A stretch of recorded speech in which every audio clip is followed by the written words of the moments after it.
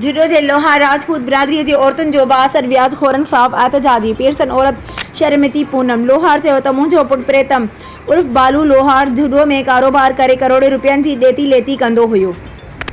2 महीना अॻु राति जे वक़्तु जुडो जा कुझु बाअसर माण्हू घरां गॾु वठी विया हुआ, जेके अञा ताईं वापसि नाहे मोटियो। असांखे शक आहे त खेसि क़तल या क़ैद करे रखियो वियो आहे। जुडो खां कुझु बाअसर व्याजखोर माण्हू रोज़ानी असांजे घरनि ते हला कनि था ऐं घर ख़ाली करण जे लाइ धमकाए रहिया आहिनि। राजपूत बिरादरीअ जी औरतुनि वसवारनि खां मुतालबो कयो त असां ख़ौफ़ में वरितल आहियूं। असांखे तहफ़ुज़ फ़राहम कयो वञे। अगरि प्रीतम उर्फ बाला लोहार खे फौरी तौरु आज़ादु कयो वञे। हिननि चयो त असां लोहार को कमु करे बचनि जो पेट पालींदा आहियूं।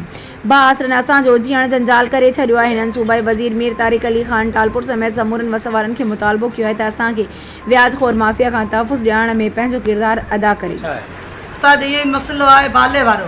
जी जी बाले में माण्हू व्याज ते पैसा ॾिना हुआ। बाले सभु पैसा ॾेई छॾिया हुननि खे। पोइ बि बाले खे जाम तंग कयो। कंहिं तंग कयो? तारीख़ जब्बार। बालो छा कमु कंदो हुयो हिते? बालो इहा मणियारी दुकान हुई। अच्छा। हाँ, मणियारी दुकान हलाईंदो। दुकान ते ईंदा वेंदा, छा कहिड़े हिसाब खां ॾिना, कंहिं हिसाब खां न ॾिना, असांखे का ख़बर। हाणे छा था चवनि? हाणे तंग करनि था की असांखे वहिंवार करे असांखे पैसा ॾिए।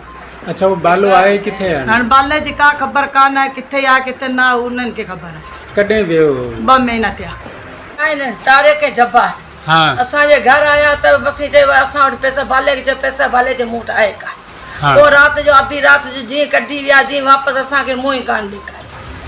अच्छा, बाले जी असां ज़ुल्म करे वेठा आहिनि। बाले जी ख़बर ई कोन आहे को किथे? ख़बर न को चार असीं त शिकल ला सिके वरो।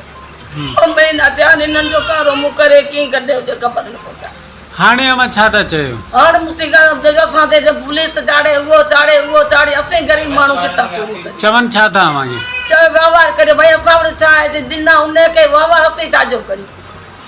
असांखे ख़बर न को चा तंग करनि। असांखे इंसाफ़ करियो। असीं ग़रीब मिनक ऐं मुंडी नंढड़ा ॿार ऐं कंहिंखा करिया। असांखां वयल पिया कनि, ऐं छा करिया? मुंहिंजो